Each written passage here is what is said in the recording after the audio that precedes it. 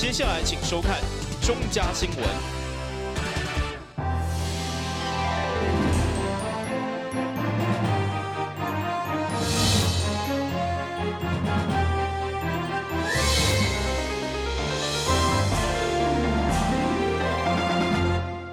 你好，我是顾家，欢迎收看中嘉台南电新闻。今日有什么重要消息？透过整理报道，做伙了解。台湾知名的3C 品牌华硕，这几年积极发展云端甲 AI 相关的产业，因为看好台南的发展，现在也伫台南设立了研发中心。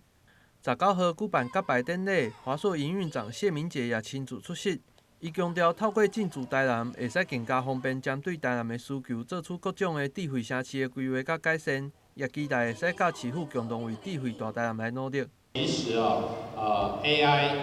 大家谈了很多，但是这个应用其实是需要落地化，需要在地生根的。所以我们也很荣幸有这个机会可以跟云端和我们的 AI 团队在台南这边这个正式的开始来做在地的服务，因为其实一定要人民用得到，要人民有感才有用。那我们可以及时的服务的话，可以做出最好的产品来针对于台南市民。所以我们希望能够在这个智慧的这个比如说智慧交通、智慧医疗、智慧教育甚至我们接下来的5G，我们有很多 small cell 的一些技术，我们可以在这个部件在整个路灯等等很多的建设上面，一起来将台南打造成是一个智慧的一个城市。希望华硕在用集团的这个力量，能够为这个乡亲做尽一己之力。面对华硕来台南设立研发中心，台南市长黄伟哲也是非常的欢喜。伊认为华硕的进驻对台南各项的发展拢有真大的帮助。我们都知道 ASUS 是台湾的双 A 大品牌，也是这个我们台湾之光。那么在 AI 人工智慧的研发端跟应用端，它也是领导品牌之一。所以说，它把 AI 研发中心设在台南，一方面台南周边有许多丰富的人力资源以及人才，也就是说，我们台南周边有16所大专院校，会提供相当多的高优质的人力。那另外一方面，在台南是一个非常有底蕴的文化城市、文化古都，所以说在古都穿上新衣、古都使用最新的科技方面，我们地方政府一定能够跟ASUS做最好的配合。因此呢，我们觉得这个是超完美结合。那也希望说 ASUS 的 AI 人工智慧的研发中心能够在这边能够找到一个新的一个亮点，也就是说，在台南一个古都需要更新的许多市政建设上，我们过去在赖前市长上以及李前市长已经有相当好的基础。那现在能够跟台湾的领导品牌做一个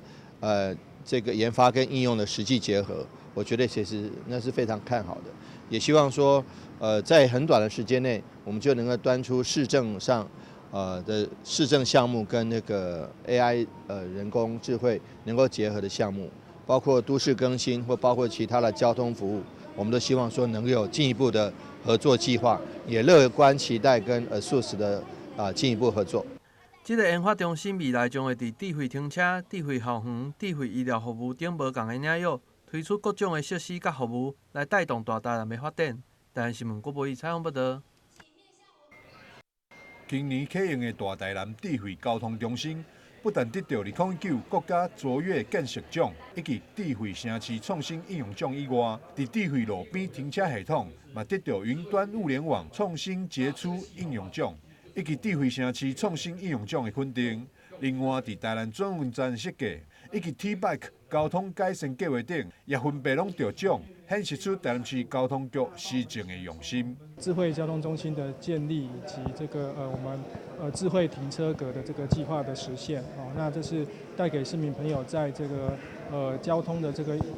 拥塞的管理跟这个智慧停车上面非常大的这个服务的亮点。那这转运站同时也是一个这个入围这个世界 WAF 这个建筑奖的这个名单里面那各位可以市民可以到这个转运站里面，除了享受优质的等车服务之外，还有其他的这个相当好的这个商业服务的空间那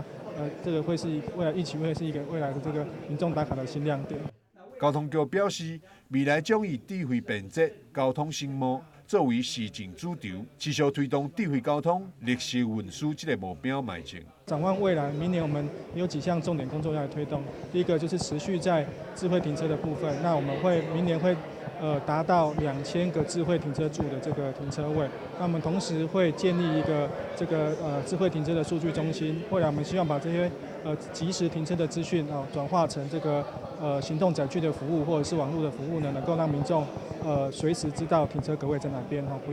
减少在路上绕行的时间。那第二个亮点是在我们台南转运站的部分，我们在今年底会开始来这个试营运，明年1月6号会正式启用。那启用之后，我们相信可以大幅改善现在北门路的这个国道客运的这个临停的这个上下客的状况那把这个旅客等候的服务呢，这个良好的空间呢放到这个台南转运站去。为了鼓励市民多多利用大台南公车，交通局长王明德嘛特别伫成果发表会上公布一个好消息：从明年起，只要使用市民卡来坐公车，平常日就有半价优惠。伫假日时阵，阁会当免费坐车，欢迎市民爱踊跃使用。台南新闻张维忠采访报道。对最近台南一连串后壁炸弹客搞入境放火案，造成7死2伤的社会事件，台南市议会国民党团19号下午邀集市府相关单位召开记者会，探讨隐藏伫个社会事件的无定时炸弹到底有偌济，尤其类似身心疾病的患者，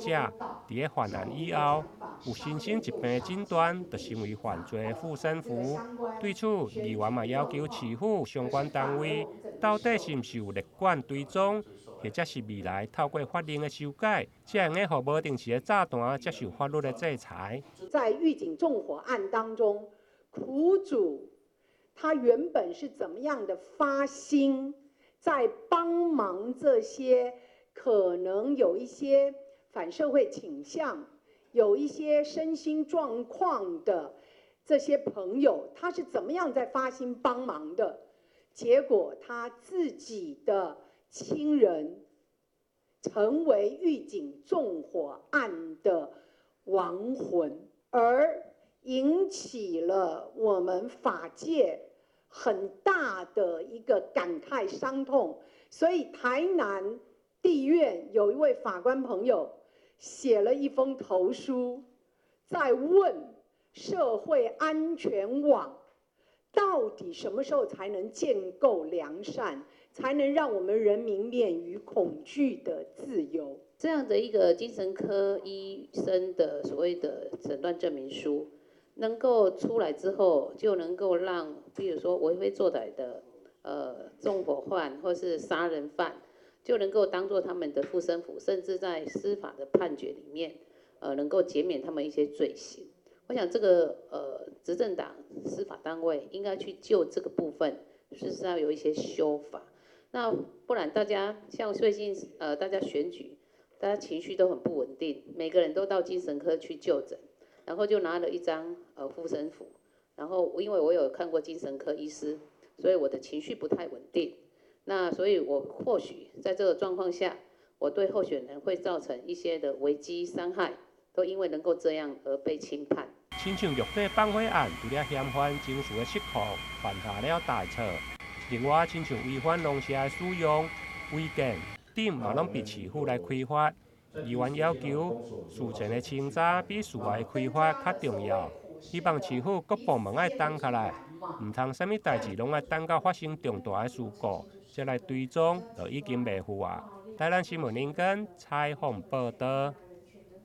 根据统计，骑脚踏车出车祸当中，有真侪人拢是因为无注安全帽，所以造成头壳严重的受伤。其中依照国中的学生上ou发生无注安全帽的情形，为了降低台南学生骑脚踏车无注安全帽的状况，教育局也主动提供爱心安全帽，予学校免费提供学生来使用，希望会使降低事故的发生。19号上午，市长王伟霆也亲自出席主持典礼，并呼吁所有骑脚踏车的民众爱注意家己的安全。今天非常高兴来到忠孝国中来出席这个安全帽的脚踏车安全帽的捐赠仪式事实上，我们通常只是谈到这个骑机车要戴安全帽，但骑脚踏车事实上在现行的马路上也有必要这个戴安全帽。所以呢，我们市政府特别这个拨出经费来购置脚踏车用的安全帽，来给各个国中来使用。那因为我们觉得学童的安全我们同学的安全是非常重要的。那也希望说我们做一个示范作用，能够让这个骑乘脚踏车的同学都能够有戴安全帽的习惯，养成这个习惯是很重要的。那我们觉得其实这个脚踏车是个非常干净的对环境友善的交通工具。那在下个学年度里面，市政府也希望说能够宽列经费，能够在脚踏车方面能够大力推广。因为我们每年光是推动 T-Bike， 每年要付出5000多万。你想想看，一部脚踏车如果2000块，5000多万是25000部脚踏车，那不是很那个吗？很好吗？使用率又提高。所以我觉得其实在这种代步工具方面的选择，我们还是希望多骑乘脚踏车，少开汽车，这一部分对于环境也好，对于交通秩序也好，我觉得其实是更友善的，也希望大家都可以多多骑用。会中中校国中的校长也将这届的金安奖献给市长，这也象征了中校国中伫交通安全教育的努力。我们中校国中很荣幸得到2019年的那个交通部金安奖。我们中校国中在整个金安奖主要那个努力的缘由是从把我们的那个社区通学步道建立好，因为我们会觉得说，从友善社区开始，才能够让孩子以及社区民众有比较好的一个通行环境。那藉由这个方式来建立我们孩子正确的交通安全观念。教育局就是希望借由爱心安全帽的推广，让学生养成戴安全帽的好习惯，也希望透过这爱心安全帽，减少学生因为无戴安全帽所造成的危险，也呼吁民众不管是骑什么车，拢爱戴安全帽来保护家己的安全。但新闻郭博义采访报道。国际狮子会300迪湾区第9专区19分区，加所属的金城、府城、良兴。加吉祥市的分会，上午联合捐赠防灾多功能的扶会床，予安平区的区公所，由区长赖清竹代表接收，并且颁赠感谢状。区长致辞时，首先嘛感谢国狮子会对安平区市民的关心，尤其捐赠防灾多功能的扶会床，不但会用来充实安平区整体救灾的能量，伫个灾害来临时，国撇咱的收容处。嘛会用有安全的扶会床提供民众来使用。我们上次在办那个民安5号演习的时候，发现其实我们的一些救灾的能量还是有一些不足。之前也有一些狮子会也曾经来赞助我们的防灾看板呢，还有我们的小型发电机。那我就跟他说，我们避难收容是很重要的。如果发生灾害的话，区公所第一时间一定要成立避难收容。那我们这里并没有可以睡觉的地方，其实我们很需要一个扶会床啊。然后我们就去跟贵哥这么说，他真的对我们非常的支持，他就很认同这一个我们要来做的这一件事情，所以就开始有这样子的一系列的开始来跟贵哥来这边沟通说，我们要怎么样去做然后怎么样来加强我们防灾的能量，所以才有今天的这样子的一个捐赠仪。请靠我要做这个，因为安尼到底本来咱安平13里嘛，13里，我若要顾这顾你我睇你13日你顾了袂公平。不如咱用这，恁若你有需要，咱要来用的时候大公无私。你讲对不对？你对拍个拍就好。我讲我来想啦，蔡婷婷是我的李长咧，我来照顾伊，无照顾恁嘛袂使来照顾你，无照顾伊，我后面咧，对不对？所以你我感觉用这大家来要需要上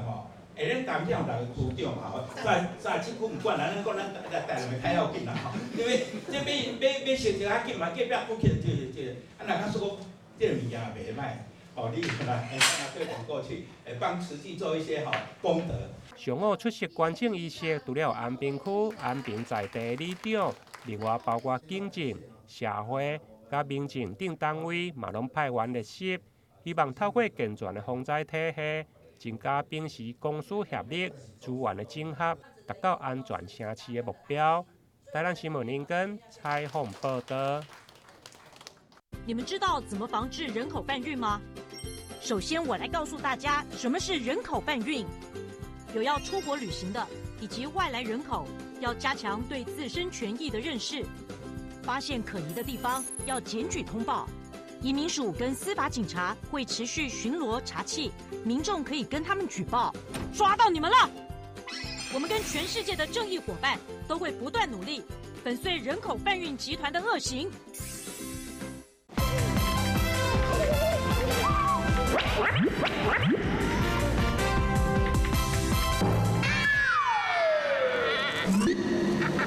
正确开启车门很重要，不然怎么开呀？下车要转头注意后方来车，再慢慢开车门。这是两段开车门啦，两段式开车门，两段式开车门，两段式开车门，因为很多要说3次。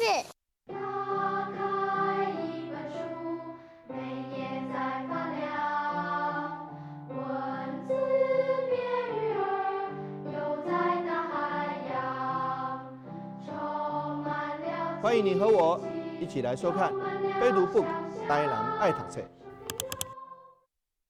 你总以为你和男生一样，他工作你也上班，你洗衣服他换灯泡，他教孩子数学你教注音。但有一件事不一样，50岁以上更年期妇女罹患心血管疾病症状和男性不同，若出现恶心、手麻、呼吸不顺、背痛等症状，请尽速就医检查。国民健康署关心您。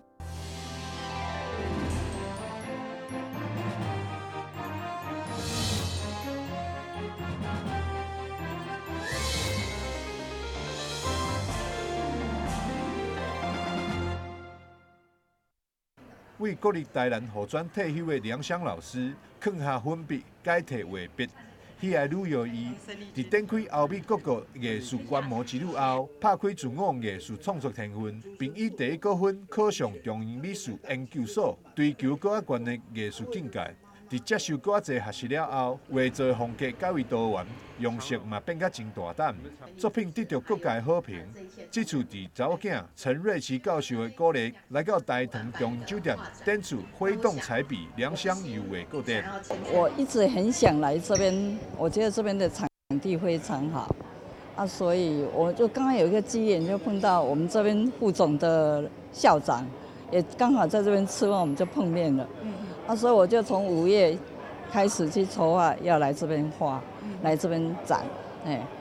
那我是护专退休的辅导主任。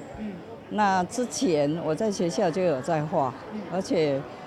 很多学生有时候因为我要辅导学生嘛，那他们焦虑很大，我就会提供画纸，画笔给他们。我说，你们可以来画。画完先跟我说，老师，我好像焦虑好很多了。我就觉得，这个艺术是可以治疗的。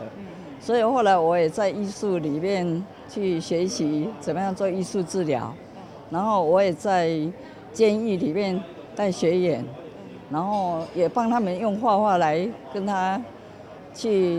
跟家庭的关系，然后让他们去有